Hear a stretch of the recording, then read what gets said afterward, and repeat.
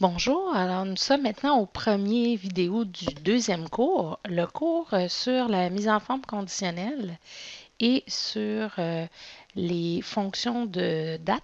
Faites attention, cette partie-là se passe dans le livre 1. Alors, je vous avais dit qu'il y avait certaines parties qu'on devait compléter dans ce livre-là. Alors, c'est le cours d'aujourd'hui. Alors, je suis dans le fichier C02 démo 1. Et je suis sur la première feuille, donc voyage V1. Vous allez remarquer que c'est les mêmes données que dans le cours précédent. Par contre, ici, on n'a pas de mise en forme et ce n'est pas mis sous forme de tableau déjà. Alors, ce qu'on va utiliser, c'est la mise en forme conditionnelle qui peut être utilisée avec ou sans la notion de tableau. C'est complètement indépendant. Donc, c'est pour ça que cette liste-là n'a pas été transformée en tableau pour l'utiliser. Alors, la mise en forme conditionnelle, on en avait vu une partie en faisant nos propres règles dans le cours 1. Maintenant, on va utiliser les règles qui existent déjà. Alors, je veux codifier les couleurs en fonction des valeurs des cellules. Alors ici, par exemple, si je prends les places réservées, je vais sélectionner la première cellule concernée. Étant donné qu'il y a des données partout, je peux utiliser CTRL majuscule flèche en bas qui va sélectionner l'ensemble de la colonne seulement où il y a des cellules qui sont remplies, donc pas la colonne jusqu'en bas de la feuille, là, mais jusqu'en bas du tableau ici. Je vais aller dans l'onglet Accueil, dans Mise en forme conditionnelle, comme vous avez déjà vu dans le premier cours. Et là, on va aller utiliser les premières options qu'on n'a pas fait ensemble au dernier cours. On s'était occupé surtout de la partie du bas. Donc, ici, vous avez des règles de mise en surbrillance des cellules qui sont déjà prédéterminées en fonction des valeurs supérieures, inférieures, égales à, valeur en double, une date se produisant telle date. Donc ici, ça serait pour la colonne, par exemple, des dates. C'est ce qu'on va retrouver et vous avez aussi d'autres règles disponibles. Évidemment, on ne les fera pas toutes ensemble, sinon on en a pour des heures. Mais pour vous donner une petite idée, donc supérieure à ici, alors je peux directement mettre une valeur. Il se propose souvent de mettre une valeur qui est à peu près le tiers là, du nombre qui est dans mes choix. Alors ici, je vais mettre 30 comme valeur et le remplissage ici va me donner des choix déjà tout faits. Remplissage en rouge clair, en jaune foncé et tout ça. Donc vraiment très de base. Et on a la possibilité de personnaliser cette partie-là également. Alors, personnaliser ici en bas, je peux choisir autre chose que ce qui est proposé. Alors, évidemment, si je choisis une valeur qui n'existe pas, comme 30 ici, je n'ai pas de valeur beaucoup dans mon affichage au-dessus de 30. Et je vais voir plus en haut de la liste, donc je vais remonter. Si je fais OK, on voit ici, il n'y en a pas en haut de 30. Par contre, si je remonte, j'ai des 50, 35 et tout ça un petit peu plus haut, donc 31. Alors, qui sont en couleur. Donc, évidemment, il faut s'assurer que les valeurs que l'on met dans les règles puissent être respectées. Alors, ça, c'est vraiment une borne.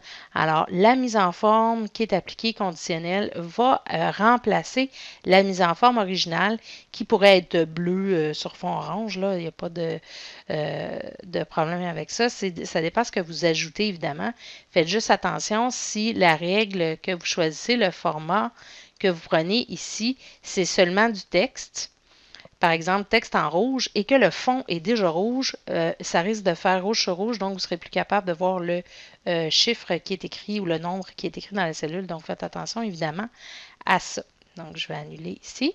Alors, j'ai aussi des éléments faits sur le principe des 3 ou 5 couleurs auxquels on est habitué. Alors, souvent, on va retrouver dans ces éléments-là des nuances de couleurs basées sur le rouge, vert et le jaune, qui en général nous donnent, là, ça va bien vert, ça va moyen jaune et ça va pas bien rouge. Et les nuances au travers de ça, selon le choix que vous faites ici. Alors, soit c'est vraiment pas beaucoup de dégradés dans les mêmes teintes ou vraiment dans les trois couleurs de base. Alors, plus c'est vert foncé, plus c'est élevé. Quand le vert devient de plus en plus pâle, c'est que les valeurs sont plus pâles et on descend comme ça orange, les degrés de jaune et les degrés de rouge. Donc, ici, ce sont des éléments qui vont être évalués en fonction du contenu des cellules, donc du maximum et du minimum disponible. C'est la répartition des valeurs qui va nous donner ces choix-là. On a le même principe aussi, mais avec des icônes. Alors, à la place, il va mettre des petits icônes à côté. Évidemment, ça n'enlève pas, comme on peut voir, la mise en forme que j'avais placée avant. Ce sont des règles qui se mettent une par-dessus l'autre. Donc, l'idée, c'est de souvent pas en mettre trop et d'enlever celles qui ne sont pas utiles. Alors, on a encore le principe des trois couleurs, mais en plus avec un dessin où on peut aller jusqu'à 4 et 5 couleurs. On a aussi ici dans les icônes, pas seulement un élément de couleur, mais aussi une question d'orientation. Donc, vert, c'est plus élevé. Jaune, c'est resté pas mal pareil. Donc, c'est le niveau moyen. Ça descend un peu ou ça descend beaucoup selon l'orientation de la flèche. Même principe avec des petits icônes de couleur comme ça, rond, ou les drapeaux. Et encore, on a les étoiles auxquelles on est très habitué sur le web maintenant et des petits dessins de secteurs, encore là, même chose. Donc, on voit que le 50, qui est la valeur la plus élevée dans ma liste, a un rond complet. Le 41 aussi, parce que c'est dans les valeurs les plus élevées. Également, je pense que c'est la deuxième plus élevée. Et on a ensuite les autres chiffres qui sont répartis comme ça jusqu'à 0. Dans ce cas-ci, on n'a pas de valeur négative. Alors, on peut utiliser ça pour faire une représentation visuelle de la répartition des nombres qu'on a dans notre colonne. Ça pourrait être pour des prix, ça pourrait être pour des nombres de places comme ici ou des nombres de jours ou encore même des dates. Alors ça, c'est intéressant comme élément. On a aussi une autre mise en forme conditionnelle qui peut être intéressante. J'ai sélectionné maintenant la colonne des prix. Donc, toujours en faisant mon contrôle chiffre flèche en bas à partir de la première cellule. Là, vous commencez à être bon dans cette manœuvre-là. Vous avez les barres de données. Alors, les barres de données, c'est des petites barres qui vont s'ajouter à la cellule, donc au même titre que les petits icônes de tout à l'heure, sauf que plus la barre est remplie, plus on est proche du maximum. Et encore là, on peut jouer là, dans les nuances. Là, il y a les couleurs pleines ou les couleurs avec des dégradés. Ça, c'est vraiment plus une question de look. Là. Et d'être capable de lire. Donc, il faut juste faire attention à la couleur qu'on choisit versus le texte. Comme ici, jaune, noir, ça va bien.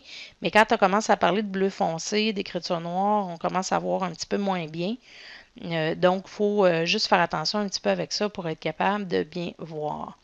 Alors, ça nous donne une proportion là, de la valeur de ce chiffre-là dans l'ensemble de mes données. Donc, on voit les plus faibles, les moyens faibles et les plus élevés dans cette optique-là. Fait que c'est la mise en forme conditionnelle. Pas plus compliqué que ça. Évidemment, là, on parle de la mise en forme conditionnelle déjà tout automatisée dans ce bouton-là. Alors, on peut utiliser ça.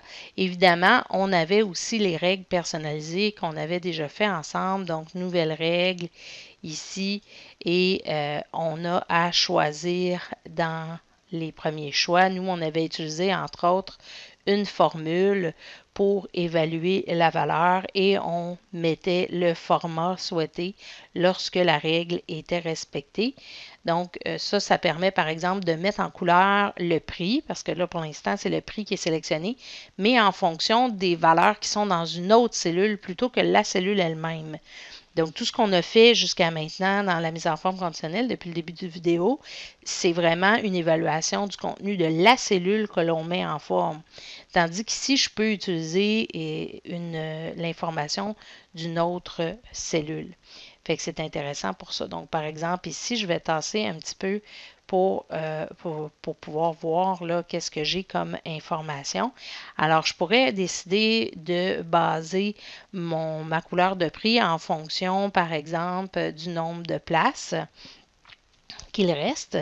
Alors ici, je peux utiliser une des cellules pour pouvoir faire mon calcul. Alors ici, je peux sélectionner. Hein, on sait que c'est quelque chose de possible. Je vais remonter en haut pour bien commencer à la première cellule. C'est toujours plus facile. Alors, je peux à ce moment-là évaluer le nombre de places réservées. Donc, on va aller voir ici si mon nombre de places réservées et on voit qu'il met les valeurs absolues. Est-ce qu'il est inférieur à 30? Et là, je vais faire attention de m'assurer d'enlever les références absolues, les signes de dollar, parce que sinon, il va évaluer seulement la valeur de la cellule E2. Donc, tous les prix vont être évalués en fonction, vont avoir une mise en forme conditionnelle en fonction de la valeur 50 qui est écrite dans E2. Donc, nous, on veut une évaluation ligne par ligne, donc on enlève les références absolues ici. Et je fais une mise en forme pour le prix, pour ce qui est les valeurs qui vont être vraies. Alors ici, je peux choisir le format que je veux. Donc, ça pourrait être de mettre en gras ici et italique. Mais quoique les chiffres, hein, je vous déconseille de les mettre en italique, ils sont toujours plus difficiles à lire. Et, mais pour l'exemple, on va le faire. On va écrire foncé quand même, donc rouge. Et on va mettre un remplissage d'un beau jaune très vif ici. Donc, n'oubliez pas, on avait parlé du motif. Ici, si vous ne voulez pas avoir des petits pointillés, là, vous assurez que le motif est bien solide et que la couleur du motif, là, ici, est la même aussi. Si jamais vous voulez avoir un dégradé bleu-vert, donc d'avoir choisi la bonne couleur pour le motif si vous voulez rayer. Mais rayer, pointillé avec des chiffres décrits par-dessus puis différentes couleurs, ça commence à être difficile à lire.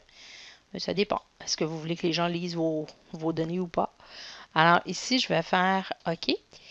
Et c'est la valeur de mon prix qui va changer en fonction du contenu de la cellule ici, des places réservées. Donc, si les places réservées répondent vrai ou pas à ma règle que j'ai mis. Donc, c'était très important de ne pas oublier d'enlever les références absolues. Sinon, ça ne va pas fonctionner. Alors, si j'annule ce que je viens de faire et que je recommence en faisant l'erreur, donc volontairement, je vais provoquer l'erreur. Je dis ici mon E2 inférieur à 35 et je vais mettre mes petites couleurs. Mon remplissage était jaune. Je vais m'assurer que le motif est plein. La petite police était une espèce de rouge et j'avais mis gras italique ici. Alors, si je fais OK, ben on voit qu'il n'a pas mis de mise en forme parce que 50, et tout le monde est évalué avec E2, a une valeur qui ne répond pas vrai à cette règle-là, donc il ne changera pas le format. Si je mets 20, là, ça va répondre. Toute ma colonne va être changée parce que toute ma colonne répond au critère que E2 est inférieur à 35. Donc, c'est important de faire attention. Je vais faire annuler. C'est important de faire attention à ça, donc aux références absolues.